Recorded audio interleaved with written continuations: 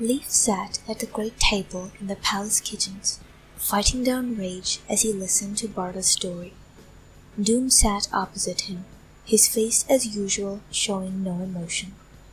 Beside Doom was Jasmine, her head bowed.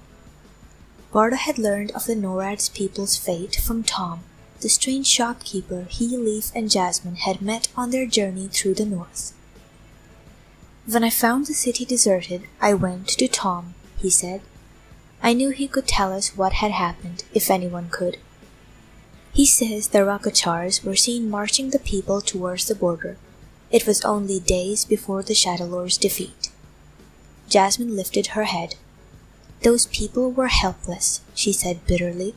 "Among them was the girl Tira, who saved our lives, and still we do nothing. We sit here and talk, while thousands of souls all over Deltora are willing and able to—" "Jasmine." Lief's stomach was churning.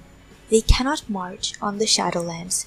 The Shadowlord's sorcery is too mighty to be defeated on his own ground." "But the belt," Jasmine began.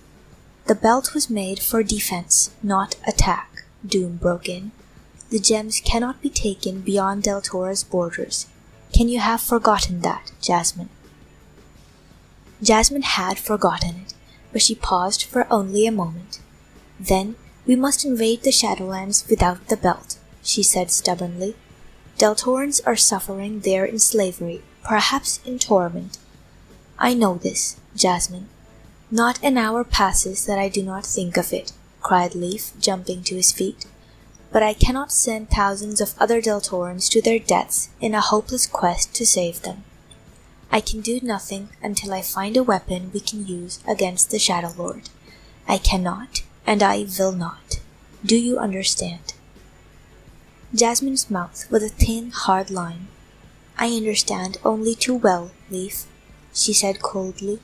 "We are to give the prisoners up for lost, while you go into hiding in Tora. Well, I will have no part of it." She turned and almost ran from the room. With a muttered curse, Barda went after her. Lief slumped back into his chair again. "She does not understand. Doom, I must tell her." "You must not." Doom leaned forward urgently, gripping Lief's arm. "You must follow the plan in absolute secrecy. It is so important, Lief. It is the most important thing. You know it." Lief gritted his teeth, then slowly nodded his head. Meanwhile, Jasmine could no longer hear Barda calling her name. He had gone outside, thinking she would surely make for the open air. She was glad of that. She did not want to be found and soothed. She wanted to stay angry. At least anger was a feeling she understood. She made her way to the great dining room. She was sure that at this hour it would be deserted. She was annoyed, therefore, to find that the dining room was not empty at all. Hunched on one side of the huge table was the hulking, savage figure of her old enemy, Glock. Facing him on the other side was the one person she liked even less, Jinx, the malicious little man who had once been a palace acrobat. Both men were wearing a heavy glove on one hand. Each had a small wooden cage, a mug of ale, and a pile of coins at his elbow. Between them, wrestling on the polished wood, were two huge spiders. One was spotted brown, the other was darker, with a splash of yellow on its back. At the sound of the opening door, Glock and Jinx turned sharply, but relaxed when they saw who it was. "Why, it is the king's wild little friend, hero of the quest for the belt of Deltora," Jinx jeered. "To what do we owe the honor of this visit, my lady?" As he spoke, the spider with a yellow back flipped its opponent over and leaped on top of it, fangs bared.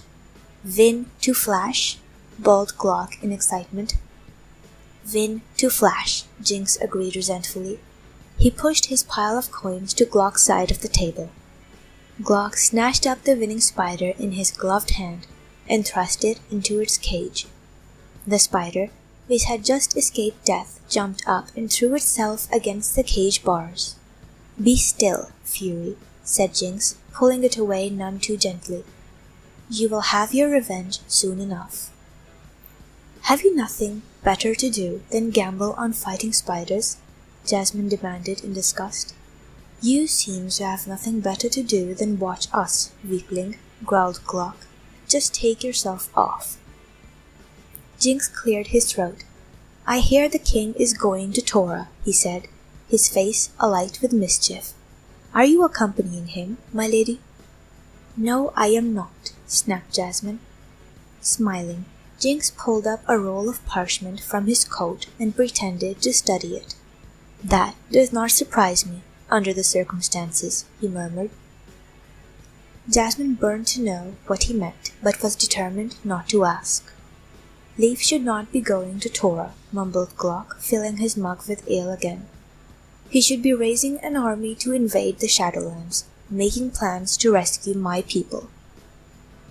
"Ah, well, you are the last of the Jalis, my lumbering friend, and the Jalis have always been fools for fighting," said Jinx, looking down his nose. "But do you really want to join the rest of your tribe in slavery across the mountains?" "I would not be captured," growled Glock. "I am Glock, the greatest Jalis fighter. I am protected by a powerful talisman passed down to me by my family through the ages." "Oh, indeed," jeered Jinx. Glock fumbled under his stained shirt and drew out a small, faded cloth bag which hung on a string around his neck. "See here," he shouted, pulling the bag open and tipping a carved lump of wood, 3 stones, a few tiny twigs, and a scrap of shriveled purple into his enormous hand. "The talisman of a goblin killed by one of my ancestors, a stone from the belly of a diamond serpent, and 2 more from a dragon's nest, herbs of great power, and the flower of a gripper." "Oh, I see." Jinx's small eyes were glittering with amusement. "So you would be safe in the Shadowlands, would you? You could lead our army to victory." "Of course," said Glock in a calmer tone, carefully tipping the heap of objects back into the bag. "And so I have told Lief again and again, but he will not listen." "He has more important things in mind just now," said Jinx with an all-knowing air. "You know nothing of what is in Lief's mind, Jinx," flashed Jasmine, very irritated. Jinx darted a spiteful look in her direction. "There you are wrong, my lady. I know what I hear." "You talk like a fool, and stop calling me my lady," Jasmine exclaimed. Jinx pursed his lips and went back to studying his parchment. The silence lengthened, and at last Jasmine's curiosity got the better of her pride. "Well, what have you heard?" she demanded.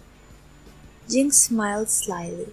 "Why, everyone knows that Lief is going to Tora to find a bride," he said. Jasmine felt her face grow hot. "That is ridiculous," she cried. "Lief is far too young to marry."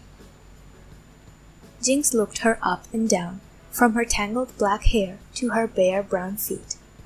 Such ignorance is to be expected, no doubt, in one who grew up in a forest instead of at the palace as I did, he said, his lip curling.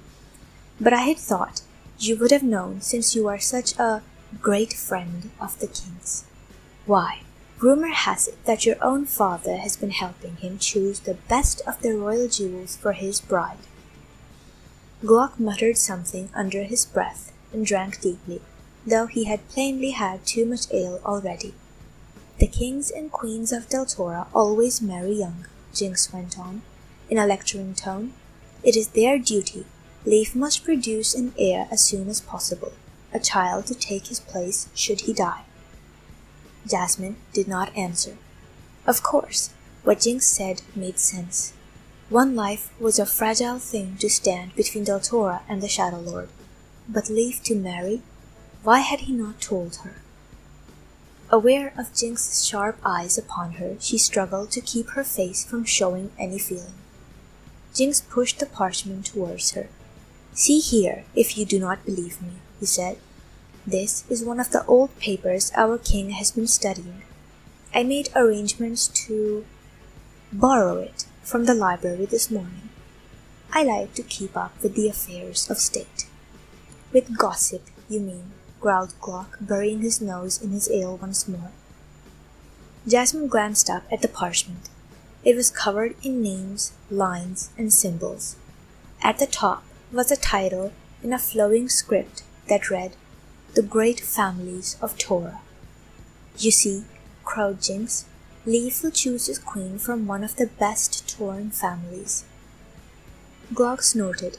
"Why go all the way to Torah for a wife?" he slurred. "There are plenty of pretty girls in Del." Jinx looked at him with disdain. "Lief is following ancient ways," he said loftily. "Odin himself married a Toran, and his children did the same.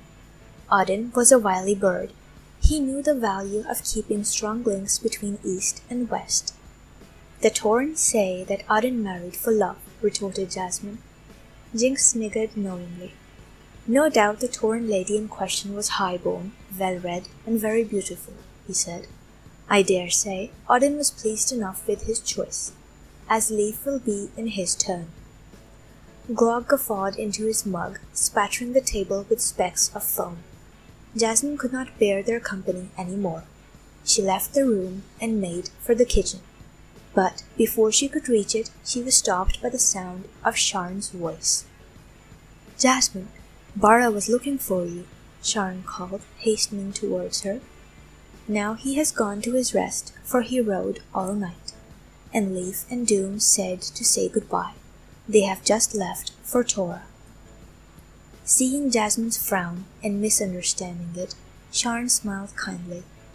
"They will be quite safe, Jasmine. Toran magic will speed their journey. They may have arrived even now. They will be back in a day or two." "Bringing someone with them, I believe," Jasmine answered in a hard voice. "A young lady of high birth." Sharn's eyes widened. "Who told you that?" she asked sharply. Jasmine shrugged. "I cannot remember now," she lied. "Is it true, though, I imagine?" Sharn hesitated. "I can tell you nothing," she said at last. "I am sorry." That was answer enough for Jasmine. She gave a small nod and turned to go. Sharn bit her lip. "Do not be angry with Lief, Jasmine," she pleaded. "He is only doing what he must. What is his duty." "Oh, I understand," said Jasmine coolly.